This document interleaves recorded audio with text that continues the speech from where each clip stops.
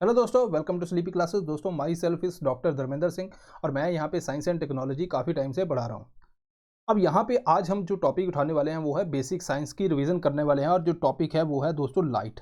Light से related बहुत से कंसेप्ट हैं, उसको हम कवर करेंगे।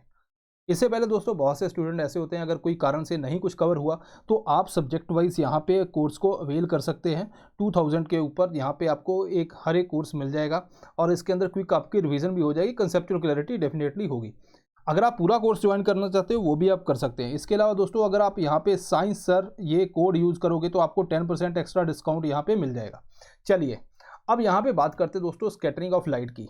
तो अगर हम एक फार्मूला देखते हैं कि जो लाइट की जो स्कैटरिंग है, ठीक है, कि कितनी स्कैटर होगी कौन सी लाइट, तो वो होती है इन्वर्सली प्रोपोर्शनल टू वेवलेंथ। ठीक है, अब इस पावर 4 है उसको आप छोड़ दो तब भी कोई कंसेप्ट अपना क्लियर हो जाएगा। इन्वर्सली प्रोपोर्शनल होती है वेवलेंथ। तो यहाँ पे एक कंसेप्ट आता है यूपीएससी के अंदर, वो है ब्लू कलर ऑफ स्काई, कि स्काई का क्यों ब्लू कलर है। मैंने ये बताया कि स्कैटरिंग जो है इन्वर्सली प्रोपोर्शनल टू वेवलेंथ है। तो इट मीन्स कि अगर आप देखोगे यहाँ पे विजिबल स्पेक्ट्रम के अंदर रेड जो है उसकी मैक्सिमम वेवलेंथ है, तो इट मीन्स कि जो रेड है उसकी जो स्कैटरिंग होगी वो कितनी होगी, वो लिमिटेड होगी, है ना, स्कैटर नहीं इतना करेगी। लेकिन जो अगर आप देखोगे इधर ब्लू से लेके वायलेट जो है, वायलेट ज़्यादा स्कैटर करेगी, लेकिन अपनी आइज़ जो है वो ब्लू को ज़्यादा सेंसिटिव है, तो सबसे ज़्यादा स्कैटरिंग जो है ब्लू लाइट की हमें दिखती है। तो इसीलिए जो स्काई का कलर है वो ब्लू होता है। पहला अपना रीज़न जो है वो क्लियर हो गया। अब बात करते हैं आगे। अब दूसरे टाइप का क्वेश्चन ये है कि जब जो सन है वो 2 मिनट पहले सनराइज दिखता है ना, सनसेट से पहले जो 2 मिनट का फ़र्क है, एक तो वो क्वेश्चन है। दूसरा क्वेश्चन है कि जो रेड कलर का क्यों दिखता है उस टाइम पे। अगर हम देखें तो मान लीजिए ये सन यहाँ पे है ऊपर, तो यहाँ पे जो है वो एक शॉर्टर डिस्टेंस के ऊपर है जो हमसे। तो इस केस के अंदर क्या होता है कि जो ब्लू लाइट है वो बहुत ही कम स्कैटर होती है। नॉर्मली यहाँ पे हमें सन जो है वाइट कलर का दिखाई देता है। दूसरी बात, ये जो एरिया है, ये जो डिस्टेंस है, सॉरी, ये जो है वो है लार्ज, ठीक है, बहुत ज़्यादा डिस्टेंस है।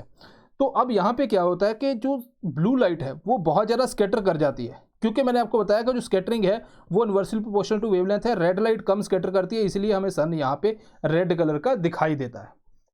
ओके, तीसरा है व्हाइट कलर ऑफ क्लाउड्स की। अगर हम बात करें, जो भी व्हाइट लाइट पड़ती है वो स्कैटर करता है सारे को, इसलिए उसको व्हाइट कलर के हमें क्लाउड दिखाई देते हैं। चौथा, टिंडल इफेक्ट की अगर बात करें तो टिंडल इफेक्ट के अंदर क्या होता है कि जो बहुत सी जो पार्टिकल्स हैं, डिस्पर्स्ड पार्टिकल जिसको बोलते हैं, यहाँ पे भी लाइट अगर आप ये देखोगे तो स्कैटर होती है। ये किसके ऊपर डिपेंडेंट है, ये एक तो डायमीटर है, जो भी डिस्पर्स्ड पार्टिकल है ना, अगर वो स्मॉलर होना चाहिए वेवलेंथ के ऊपर, जो भी वेवलेंथ यूज हो रही है उससे स्मॉलर होगा, तो जो लॉन्गर वेवलेंथ है वो तो ट्रांसमिट कर जाएगी, जो शॉर्टर वेवलेंथ है वो स्कैटर कर जाएगी। तो इस तरह से हमें वहाँ पे कुछ दिखाई देता है। अब बात करते हैं टोटल इंटरनल रिफ्लेक्शन की। तो टोटल इंटरनल रिफ्लेक्शन का कंसेप्ट क्या है। अगर मान लीजिए ये डेंसर मीडियम है, ठीक है, हम यहाँ से कोई लाइट को भेज रहे हैं, एक केस के अंदर तो वो सीधी ट्रांसमिट कर रही है, अगर मैं इसको एंगल के ऊपर करूँ तो ये थोड़ा सा बेंड होती है। अगर और एक एंगल के ऊपर करूँ तो ये 90 डिग्री इस तरह से बेंड हो जाती है, इसको बोलते हैं क्रिटिकल एंगल। अगर मैं और ज़्यादा एंगल बनाऊँ तो ये पूरी अंदर ही रह जाती है, इसको बोलते हैं टोटल इंटरनल रिफ्लेक्शन। तो ये रिफ्लेक्ट जो है वो पूरी अंदर की तरफ हो गई है, इसको बोलते हैं टोटल इंटरनल रिफ्लेक्शन। अब ये डायमंड के अंदर भी यूज़ होता है, तो डायमंड चमकता है, हम बात करते हैं, तो उसका जो क्रिटिकल एंगल है 24.4 डिग्री इसके ऊपर काटा जाता है। अब यहाँ पे क्या होता है कि जब लाइट अंदर आती है तो अंदर ही एजेस से टकरा के वो अंदर ही उस हिसाब से वो रहती है, ठीक है। तो ये डायमंड का कंसेप्ट है। वहाँ पे क्या यूज़ हो रहा है, टोटल इंटरनल रिफ्लेक्शन का कंसेप्ट यूज़ हो रहा है। मिरर्स के अंदर भी आप देखोगे तो यहाँ पे भी आपको क्या हो रहा है, लाइट जो है बेंड करती है, ठीक है। ये इसको क्या है, इसको क्या बोलते हैं, रिफ्रैक्शन। एक तो रिफ्रैक्शन आ गया इसके अंदर।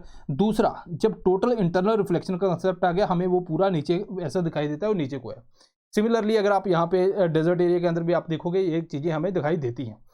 इसके अलावा अगर बात करें ऑप्टिकल फाइबर, जो लाइट है हम एक जगह से, यहाँ से ऑप्टिकल फाइबर यूज़ करते हैं, यहाँ से भेजनी है यहाँ तक, तो यहाँ पे भी टोटल इंटरनल रिफ्लेक्शन का कंसेप्ट यूज़ होता है कि लाइट अंदर से टकरा के इस तरह से अंदर की मूव करती है।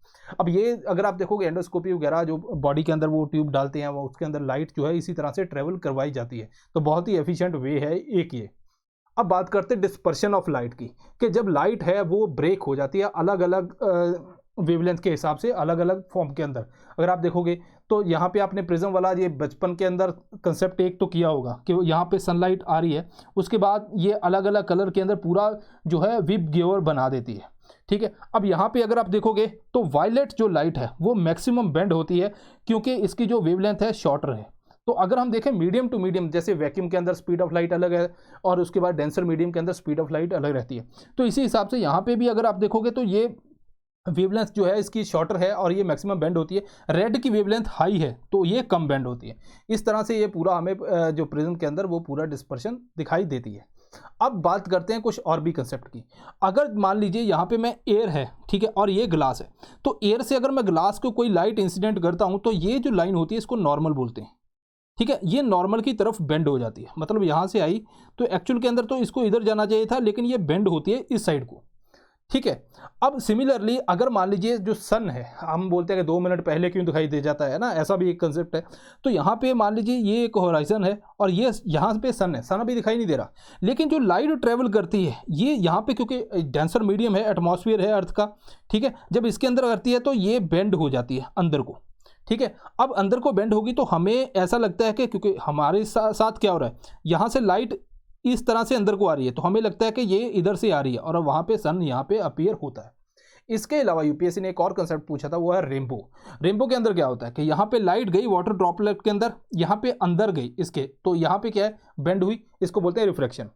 रिफ्रैक्शन के बाद ये यहाँ पे अलग अलग कलर के अंदर चेंज होगी, इसको डिस्पर्शन बोलते हैं। तो ये भी कंसेप्ट लग गया। अब डिस्पर्शन के बाद ये क्या होता है, अंदर ही बेंड हो जाती है, बाहर नहीं निकलती, इसको क्या बोलते हैं, टोटल इंटरनल रिफ्लेक्शन।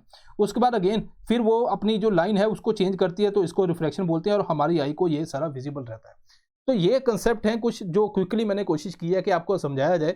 यहाँ से अगर एक क्वेश्चन आ जाता है बेसिक साइंस का, क्योंकि बेसिक साइंस के 1-2 क्वेश्चन हर साल आ रहे हैं, तो हमारी बात बन जाएगी। इसके अलावा दोस्तों करंट अफेयर्स 2024 के लिए अगर बहुत से बच्चे तैयारी कर रहे हैं, अगर आपको चाहिए कि पूरे detailed video subject wise, topic wise, इसके अलावा वहाँ पे प्री के क्वेश्चन, मेंस के क्वेश्चन, ये सब कुछ डिस्कस किया जाए, तो आप यहाँ पे मिशन 1105 यूज़ कर सकते हैं, आप कोड यूज़ कर सकते हैं दोस्तों साइंस सर, तो आपको एक्स्ट्रा डिस्काउंट मिल जाएगा। तो ये सारी चीज़ें हैं दोस्तों जो आई होप कि आपको समझ आई होंगी।